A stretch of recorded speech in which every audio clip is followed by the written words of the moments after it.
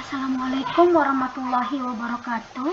Perkenalkan, nama saya Asti Fadila dari IK 3 semester 5 dengan NIM 0701222113. Di sini saya akan menjelaskan sedikit tentang panduan penyusunan karya ilmiah langkah demi langkah, yang dimana ini merupakan tugas metode penelitian.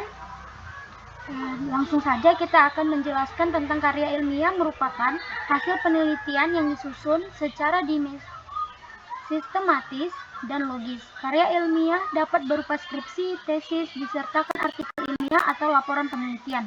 Penyusunan karya ilmiah ini merupakan proses yang rumit dan membutuhkan ketelitian penguasaan metode ilmiah, yang dimana kita akan membahas langkah-langkah penyusunan karya ilmiah dari menentukan topik hingga penulisannya.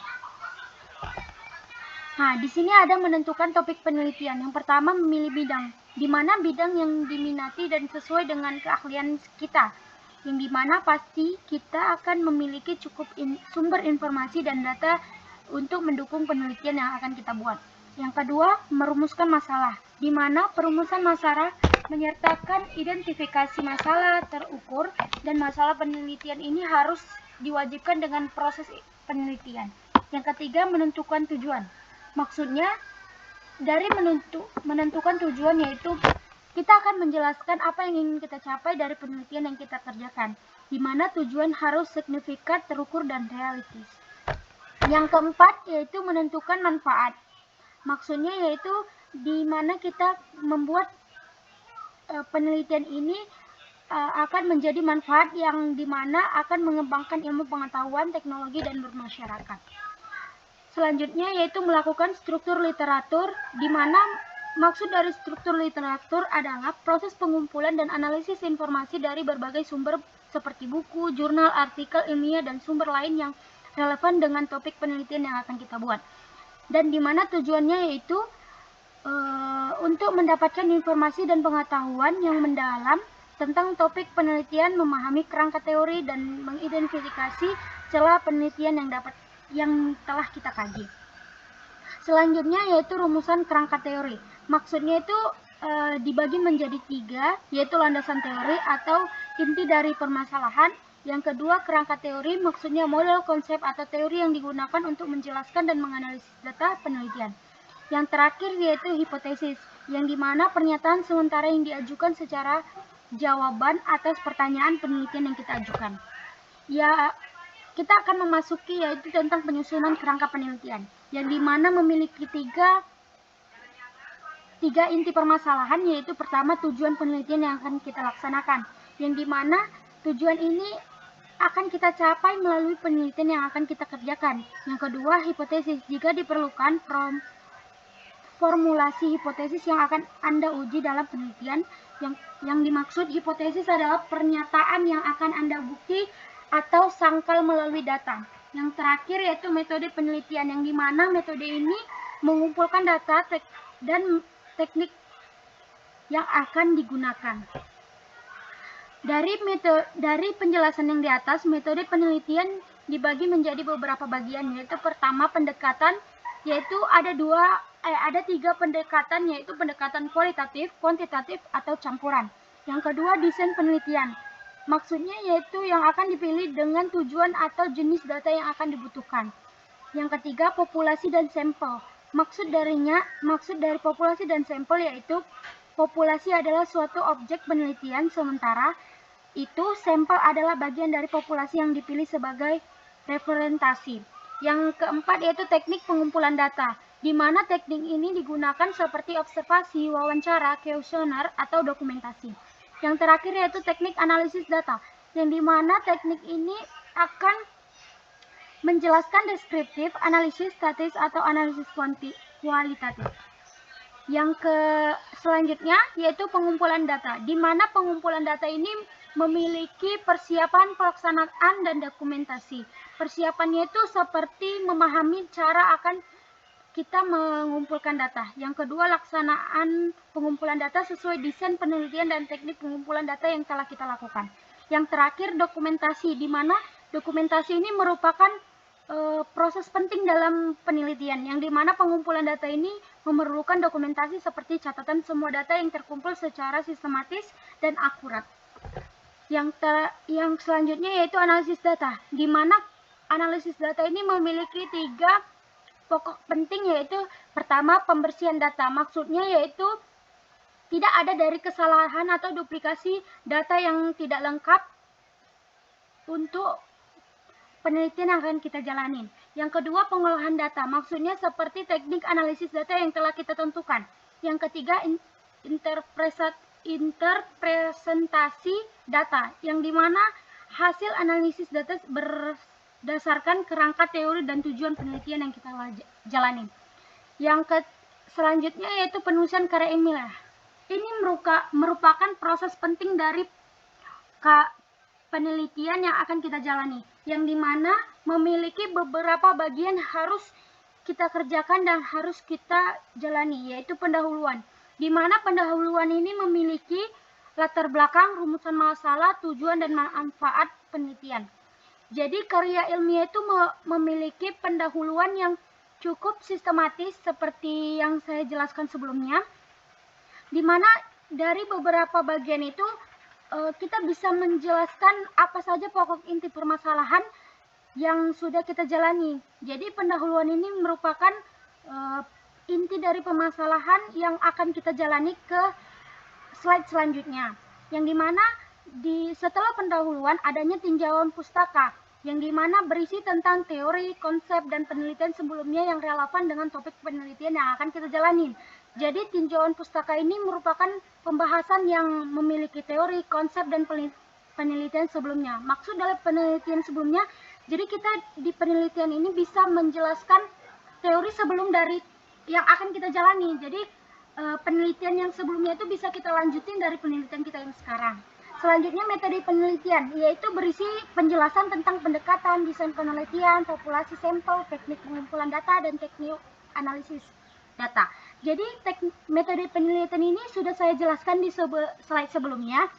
Karena mengapa kita jelaskan sebelumnya? Karena metode penelitian ini cukup penting dalam karya ilmiah yang akan kita jalani.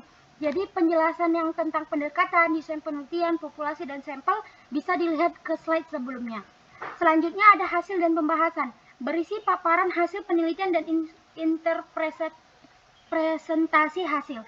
Jadi hasil dan pembahasan ini maksudnya kayak kita setelah menjalankan karya ilmiah kita yang kita buat, yang kita jalankan, yang setelah kita isi dari rumusan masalah yang telah ada, jadi hasil dan pembahasan ini merupakan hal yang cukup penting dalam karya ilmiah yang kita buat.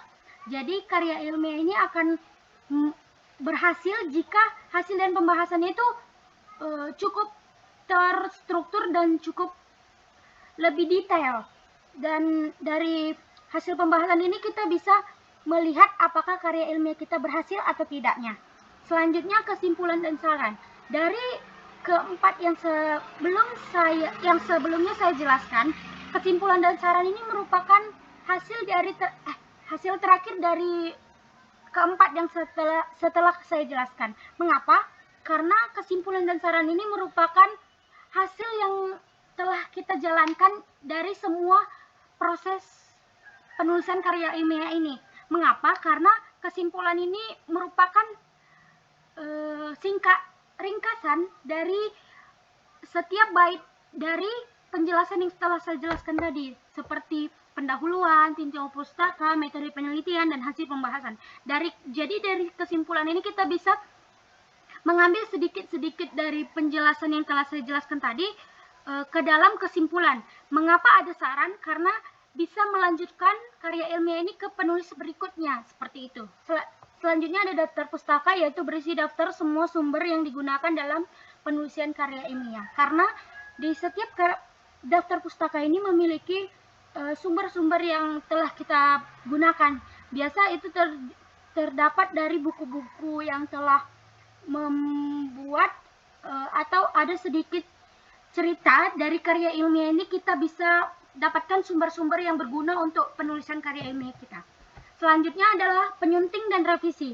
Maksudnya ini penyunting itu memeriksa jelas bahasa, tata bahasa, ejaan, dan tanda baca. Dari karya ilmiah kita harus punya penjelasan bahasa. Jadi tidak bahasa yang form yang baku seperti bahasa kita sehari-hari. Kita lebih menggunakan dengan bahasa yang mudah didengar dan seperti bahasa baku yang orang lain itu mengerti dengan hal bahasa itu. Terus ada revisi. Maksud dari revisi ini karya ilmiah kita memastikan sesuai dengan kerangka teori, metode penelitian, dan hasil penelitiannya. Jadi revisi ini maksudnya seperti kita harus menguji lagi apakah karya ilmiah kita itu pantas untuk dipublish, pantas untuk dilihat orang, pantas untuk dibaca orang. Jadi revisinya ini sangat penting dari hasil yang kita jelaskan. Selanjutnya ada penilaian ahli.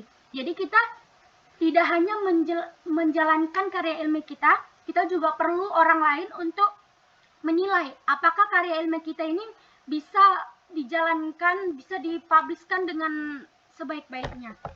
Selanjutnya yaitu menghindari plagiarisme. Dari hasil penelitian ini kita juga harus melihat apakah karya ilmiah kita ini apakah karya ilmiah kita ini sudah dibuat oleh orang sebelumnya atau belum, karena keaslian karya ilmiah ini memastikan semua ide dan kalimat yang kita gunakan merupakan benar-benar hasil dari kita yang buat, jadi tidak dengan karya orang lain. Selanjutnya, sitansi yang benar. Maksudnya berikan kredit kepada penulisan asli dengan mencantumkan sumber yang kita gunakan dengan sitasi yang benar. Jadi sitasi yang benar ini maksudnya kayak kita harus ada publikasi dari hasil yang kita kerjakan. Jadi tidak hanya ada nama orang lain, tapi ada yang memiliki sumber dari kita sendiri. Selanjutnya, gunakan alat deteksi plagiarisme, yaitu dengan manfaat alat deteksi ini untuk memeriksa keaslian karya ilmiahan kita dari karya ilmiah sebelumnya. Jadi maksud deteksi ini kita kayak bisa lebih mengaslikan bahwasannya publikasi itu kita yang memilikinya, bukan orang lain. Selanjutnya ada presentasi karya ilmiah. Dari semua yang sudah saya jelaskan, presentasi karya ilmiah ini merupakan hal yang cukup penting. Karena dari karya ilmiah kita ini kita bisa menghasilkan bahwasannya kita itu pantas untuk memiliki karya ilmiah kita sendiri. Jadi dari presentasi karya ilmiah itu kita harus menjelaskan beberapa pokok seperti tujuan, struktur, visual, dan interaksi. Jadi dari tujuan yang kita jelaskan itu maksudnya seperti kita menjelaskan hasil penelitian kita itu cukup jelas, ringkas, dan menarik. Jadi orang-orang atau audiens yang mendengarkan cukup enak untuk mereka untuk lebih klop gitu. Maksudnya klop itu seperti lebih mereka menyampaikannya cukup baik. Jadi kita yang pendengar ini bisa lebih masuk untuk penjelasan yang presentasi jelaskan dari hasil karya ilmiahnya. Yang kedua itu struktur presentasi mengikuti alur karya ilmiah. Jadi strukturnya ini lebih seperti yang tadi, mereka lebih menjelaskan pendahuluannya, tinjauan pustakanya, tentang alurnya, tentang masalahnya, tentang inti masalahnya, tentang daftar pustakanya, seperti sumber-sumbernya, seperti itu. Terus ketiga itu menggunakan visual seperti grafik, tabel, dan gambar untuk memperjelas presentasi. Nah, ini juga merupakan dokumentasi dari karya ilmiah. Jadi kita juga mempunyai grafik tinggi rendahnya suatu proses kita yang kerjain, seperti itu. Yang terakhir, interaksi, bersikap profesional dan responsif terhadap pertanyaan audiens. Nah, jadi setelah kita presentasikan, kita juga harus lebih profesional, bahwasannya kita ini lebih menguasai karya ilmiah yang kita jalankan. Jadi kita bisa, setelah kita memahaminya itu, kita bisa kayak jika audiens bertanya kepada kita lebih proper bahwasannya kita ini yang memiliki karya ilmiah tersebut. Jadi dari keempat ini merupakan hal yang cukup baik bagi seorang peneliti atau pemilik karya ilmiah ini untuk lebih proper dalam menjalankan karya ilmiah yang mereka jalankan. Terakhir yaitu merupakan pokok penting dari semua yang telah saya jelaskan. Dari yang tadi sebelumnya tentang penjelasan karya ilmiah itu tersebut, tentang bagian-bagian apa saja yang ada dalam karya ilmiah, tentang bagaimana kita menulis karya ilmiah. Jadi kita juga memiliki kesimpulannya yaitu menyusun karya ilmiah membutuhkan ketekunan, dedikasi, dan pengetahuan yang mendalam. Paduan ini memberikan kerangka kerja yang progresif untuk membantu kita melewati langkah proses penelitian dan penulisan. Ingat, jika kesabaran dan ketekunan yang semangat untuk belajar dalam karya ilmiah ini merupakan kunci keberhasilan untuk kita sendiri dan orang-orang sekitar kita dengan memahami apa yang telah kita jelaskan. Mungkin hanya itu saja yang bisa saya sampaikan. Lebih dan kurangnya saya mohon maaf. Wabillahi taufiq wal hidayah. Assalamualaikum warahmatullahi wabarakatuh.